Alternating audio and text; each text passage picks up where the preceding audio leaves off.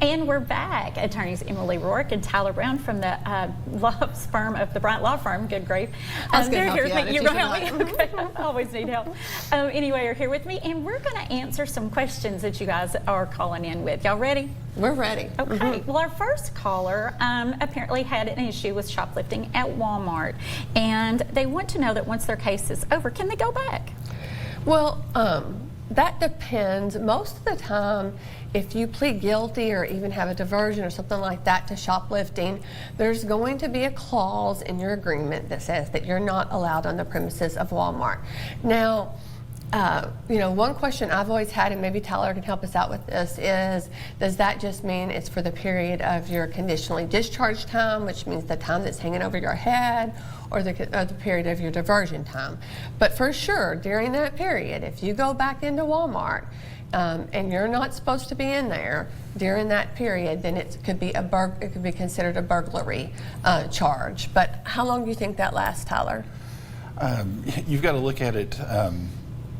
Walmart is a private company. It's private property. So even once you've concluded your court case, Walmart may insist that you not be back on the property.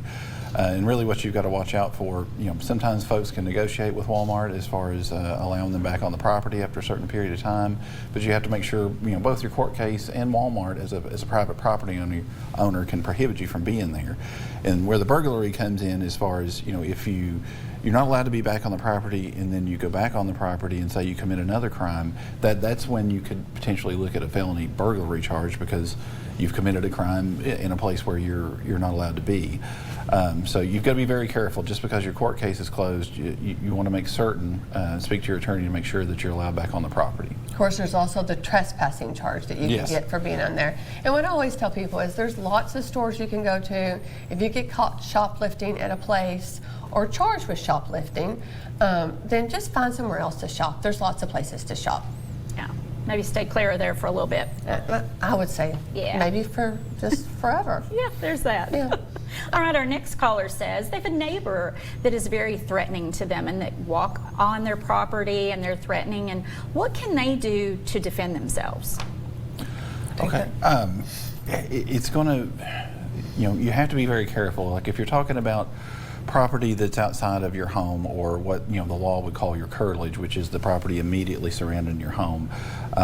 Really in those situations, if somebody's on your property, it's probably best, you know, and they're threatening you or committing a crime, you need to call the police, you need to report that.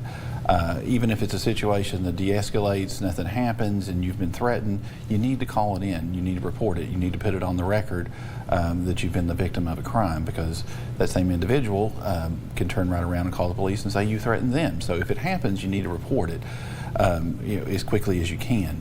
But you know, generally, it's probably not a good idea to go out beyond your home and your curtilage to confront a threat. You call the police. Okay, so if it happens to you, have a paper trail, basically. Absolutely, because it can turn around, doesn't it? Yeah. Okay, so we've got more questions. Will you guys hang out with me, and we'll be back right after this break? We'd love to. All right. See you guys in a minute.